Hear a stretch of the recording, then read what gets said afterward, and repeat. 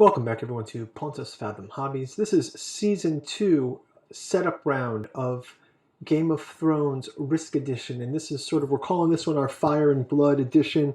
I've been reading the George R.R. Martin's Fire and Blood novel, getting ready for the new Game of Thrones series, so I thought I'd just sort of dedicate this one. We'll do some readings from the book and kind of take a Targaryen angle with it. So we'll fast forward through this initial setup. We'll go through the detailed setup next and get into the gameplay. So thanks for watching.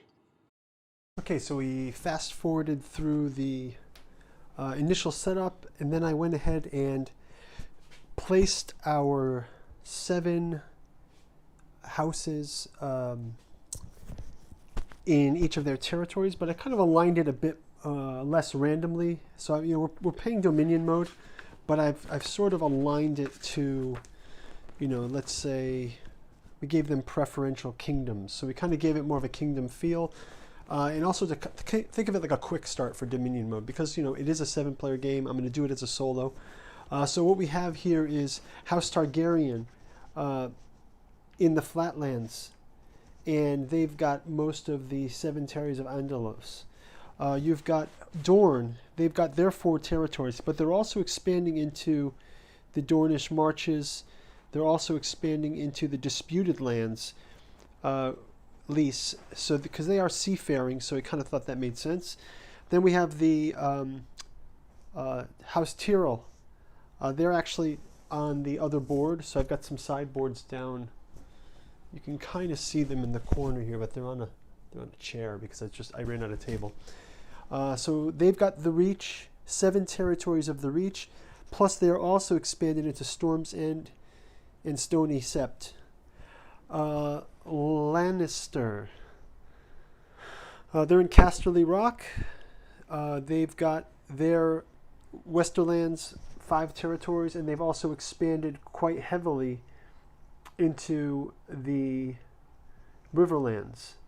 And then we have the North with House Stark.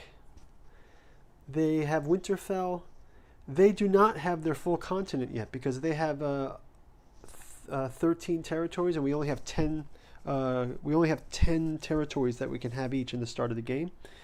Then lastly is Dragonstone, and it looks like I haven't expanded Dragonstone here, so I will go ahead and move them. Let's have Dragonstone expand into the Eyrie as well, and I will get them expanded. Let's just count some of those out right now. Let's just take one of those 5s. And we'll take 1, 2, 3, 4, 5. Let's keep this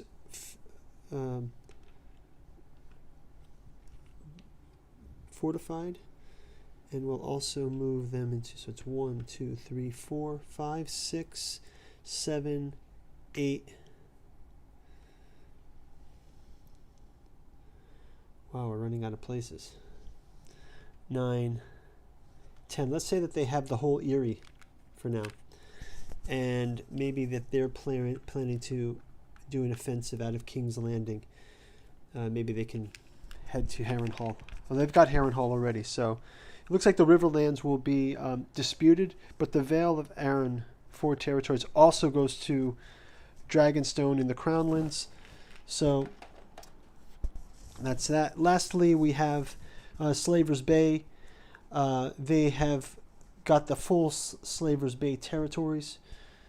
That's 6 territories, and they've also got some of the Jade Sea coast and the northern Jade Sea. So that's going to do it. We also have Targaryen going into a bit of the Dothraki, which makes sense, and that they can conquer into that space. Okay, so let's just go through the rest of the setup.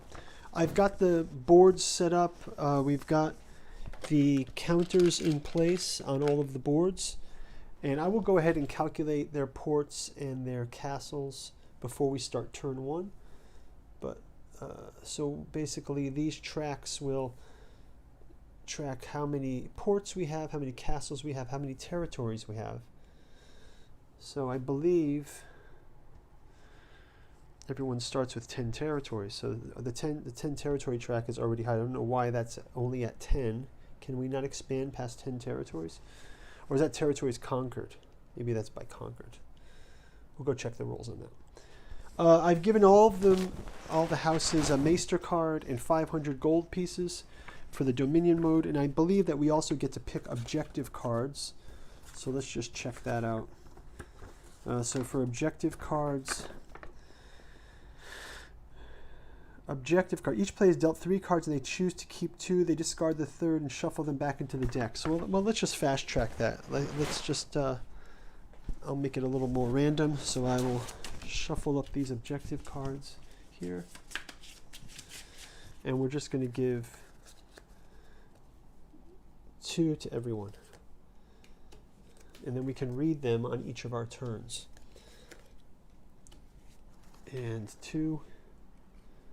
And 2. And 2. What I'll also do is, as we go into the turns, I will do a turn. I think I'll do a first turn of each of the houses so we can kind of get to know the play, and then I'll expand off into just doing rapid fire turns after that. So we got our Maester deck. We've got our objective deck. I've already given them each a Maester card. We can do those reveals in the first round. Let's go ahead and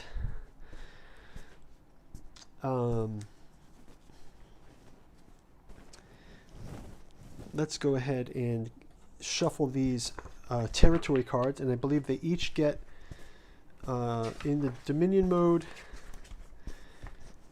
Each player gets a territory card to start with. So we can shuffle these up again. And these are mostly for the icons on the bottom for the extra bonus armies. But we will get those placed. So again, we'll shuffle these up. This is both the Essos and the Westeros decks shuffled together. This way we have coverage for all the board. And then we'll also use this to place this Valar Morghulis card, which will be the end of the game. So we'll start out with giving everyone a card, and we can put this face up, I guess.